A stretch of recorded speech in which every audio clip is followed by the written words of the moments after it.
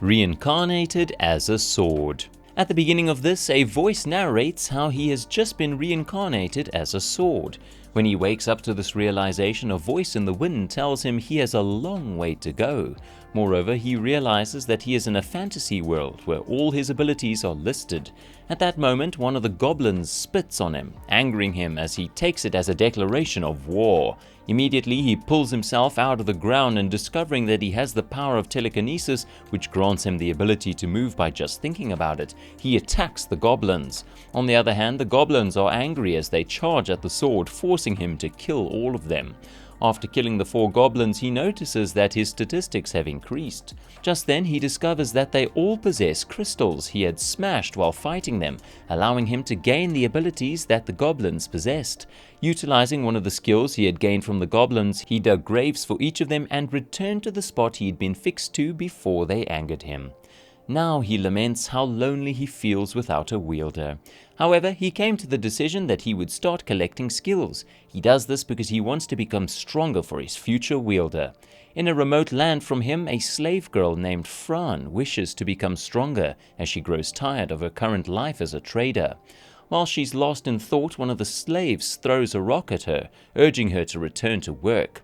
With gnashed teeth, she wishes more that she had the power to free herself from this miserable life of slavery.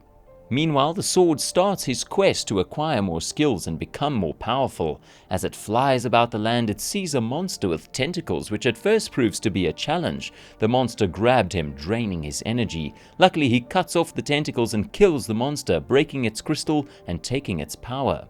Hungry for more power, the sword decides to attack the goblin base. There he sets his sights on the goblin king, and in one charge successfully cuts off his head. This caused the goblins to panic. However, he sees the goblin mage and attacks it, eventually wiping out the goblins and stealing their power. This act took his sword art to level 3. At this point, he realizes how amazing a swordsman his wielder will be once they find him, which excites him. Back at the slave camp, one of the slaves was about to hit a woman when Fran jumped in. With this act of insolence, the slaver orders her to bow down, and she does so immediately. This is possible because of the device which the slave has put on the necks and wrists of the slaves, allowing them to obey commands without thinking. The slavers laugh at her futile attempts to be brave when she was pathetically weak. On the other hand, the sword continues its quest as it seeks out more powerful monsters and kills them. Having fought off a large number of monsters, he finds himself in an open country with no monster in sight. At this point, he realizes the reason why the monsters are avoiding the area. Apparently, the forest drains the power of monsters that hover around it. Still stuck, he is optimistic that a beautiful elven warrior will pass through and pick him up. However, it does not happen as he expects, as hours, days, and months pass, with no one knowing about his existence. At this moment, he becomes desperate to be wielded by anyone who would be nice enough to pull him out. Meanwhile, the slavers are attacked on their way by a 2-headed bear. Unfortunately, the bear catches one of them and kills him, freeing the slaves from his command. This allows the slaves an opportunity to run away. Fran, however, attempts to attack the bear with a stick, but it hits her as she lands right in front of the sword. Determined to be strong, she takes the sword, allowing him to communicate with her using telepathy. Just as she is about to pull it out, the bear approaches her, but in a split moment, and just as the bear is about to reach her, she pulls it out and flies into the air. When she does this, she acquires extraordinary swordsmanship and skills that make her strong enough to charge at the monster and eventually kill the beast. With the monster dead, the second slaver reveals himself and orders him to hand over the sword. However, using telekinesis, the sword kills the slaver and frees her once more from her bond as a slave. After that, he begs her to be his wielder, and she wholeheartedly accepts, as the two seem to have found what they have always wanted, a wielder of the sword and power for Fran. After that, the teacher narrates Fran's background and desire to evolve, even though those of the Black Cat tribe have never been able to evolve. Fran, a young girl from the Cat clan, meets an S-level adventurer who reincarnates into a sword and uses the sword to attack some goblins, and also finds out that the sword has telepathy, which could make them communicate effectively. She starts calling the sword teacher, since he teaches her everything she needs to know. After a battle, she cleans him with respect, and the teacher decides in his heart to do anything to support and help Fran. After that, Fran walks away mindlessly and finds some goblins. The goblins are fighting an adventurer, Rendell, who is guarding a man on his mission to Alessa. Fran removes the sword and swings it without mercy, thus killing all of the goblins. The surviving goblin runs away to tell the others of the danger. After the fight, the teacher tells him to hide the fact that they can communicate with each other, and also Randall comes to her to appreciate her for saving him and tells her he is going to Alessa. He asks if she will follow them, but at first she thinks he wants to give her a lift. The teacher tells her the adventurer wants her to keep protecting them until they reach Alessa, and she agrees to follow him.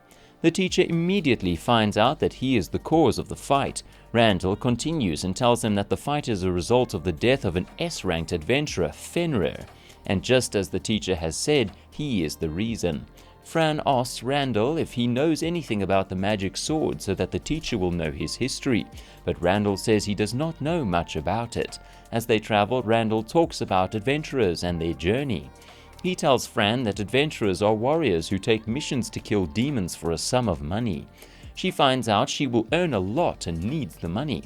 As they arrive at Alessa, teacher sees several other weapons with great classes like him and wonders if he is that important, but Fran tells him that he is the awesome sword that saved her, so yes, he is important. They walk towards the Adventurer Guild. The receptionist Nell, a young girl who wears glasses, is angry at all the adventurers at the guild that day because of how some of them talk to her, but she keeps her cool. Fran arrives to meet her, and when Fran tells her that she wants to join the guild, she calmly tells Fran that she is too young for such a mission as being an adventurer is really risky.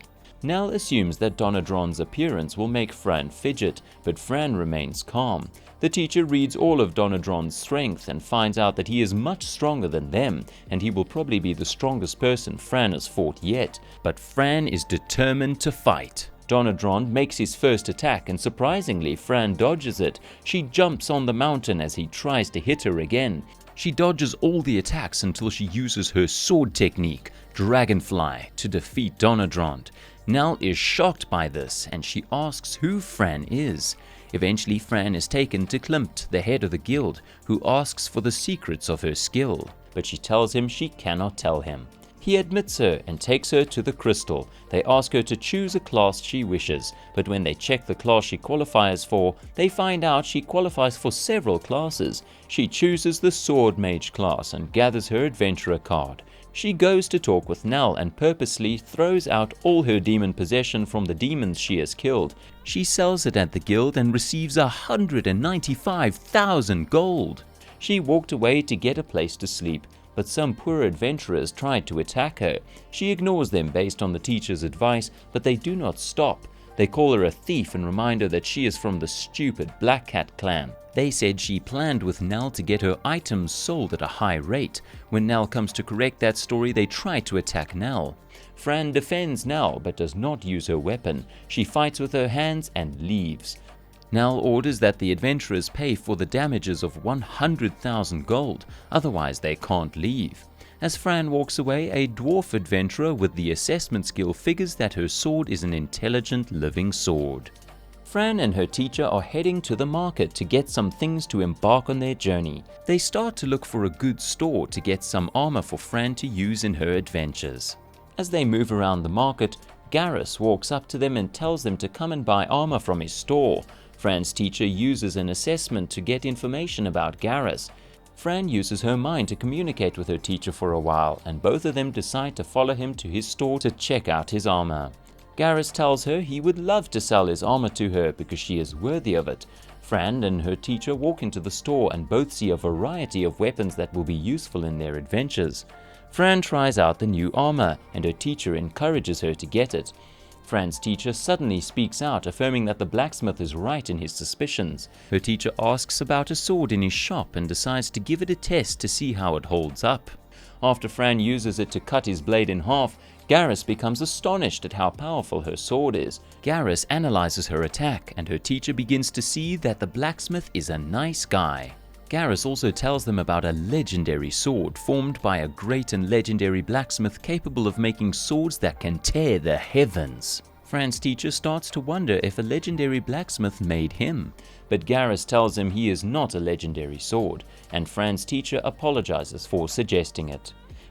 But Garrus tells him he is not a legendary sword, and Fran's teacher apologizes for suggesting it. He then asks the blacksmith if he can make a scabbard, to which Garrus in response promises to make them the best scabbard there is.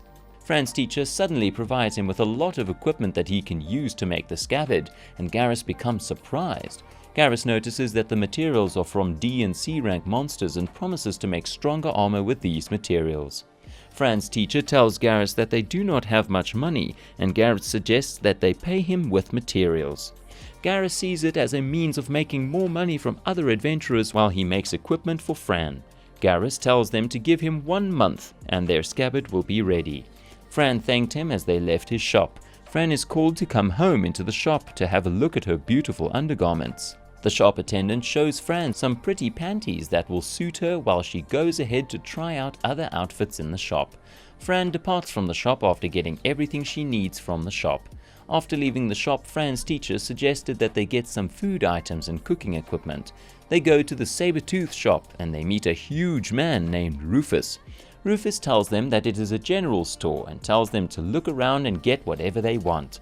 Fran and her teacher finished getting all they needed from the store. Fran's teacher then promises her to make a wonderful meal and tells her to get an inn where they can stay. Fran uses the guild card to get an inn since she's still little, and they won't allow a little girl in an inn without an adult. They arrived at the room. Fran became very excited about seeing the room as she had not slept in that type of bed before. Her teacher promises that he will ensure that she continues to sleep in beds as well. Her teacher then proceeds to make her dinner and prepares fried meat for her using all the spices and ingredients they purchased from the store. Fran tastes the food and thanks her teacher for making a wonderful dinner. After eating, Fran's teacher informs her of his plans for the next day and all she wants to do to have a great adventure. He also discusses how they plan to use their Evo points in the future. While speaking, he notices that Fran has fallen asleep and uses a blanket to cover her body. The next day, Fran's teacher starts taking her into the wild to get a lot of herbs and fruit that could be useful on her adventure. Fran stops what she's doing and rushes down to where they are fighting to see what's happening. Lily, Irul, and Eustace are battling a group of goblins in the forest. Fran notices that they are outnumbered and rushes to help them. Fran comes in and uses her magic to create fire arrows. After that, they notice a part of the forest that's burning, and Fran's teacher uses his magic to put out the fire. Fran then uses the magic of her teacher to fight the goblins. Lily and her friends note that she is of the same rank as them and thank Fran for healing and saving them. Fran plans to take her leave, and they tell her about the goblin stampede and how they plan to attack and raise their army. Suddenly, a goblin uses his flute to signal some of his remaining members. Fran decides to fight the remaining goblins on her own. The goblins begin to outnumber her, and her teacher suggests that she retreat as she is getting tired.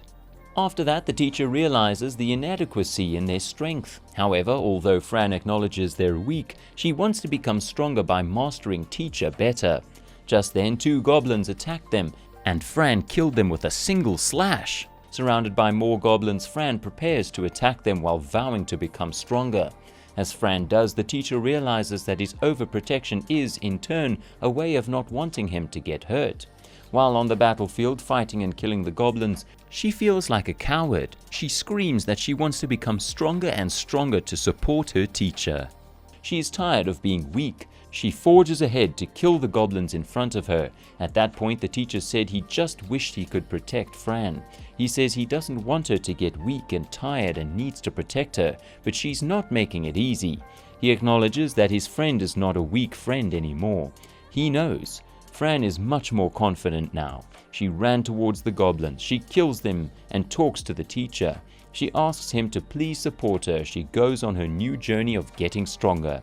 She's determined to do this, and he vows to support her. He tells her to go ahead and keep killing. He insists he will protect her from the attack. One of the goblins successfully throws an arrow at her as she's about to fall. The teacher interferes. He used the healing powers of his sword and he healed her. He tells her to go ahead immediately and continue her fight. It's also worth noting that the teacher is so proud of her and he wants her to get stronger too.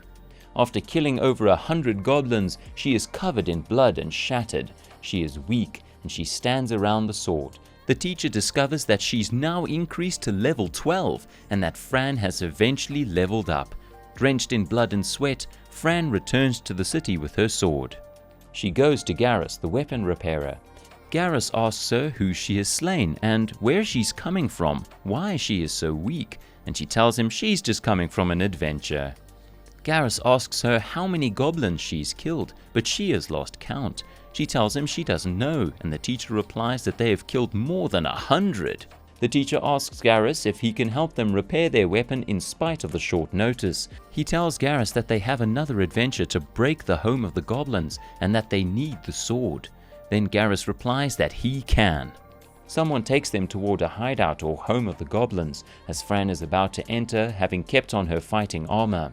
She tells the teacher that she is going to enter, but the teacher stops her. He tells her that it's late and they're tired. He tells her that she should collect the reward for the day's hunt, and they should use it to renew their strength before returning home. As they're about to do that, a team of adventurers walks towards them. One of them asks Fran if she single-handedly destroyed all the goblins. Then they said if she could kill those goblins, then she could rank in the same category as a rank D adventurer.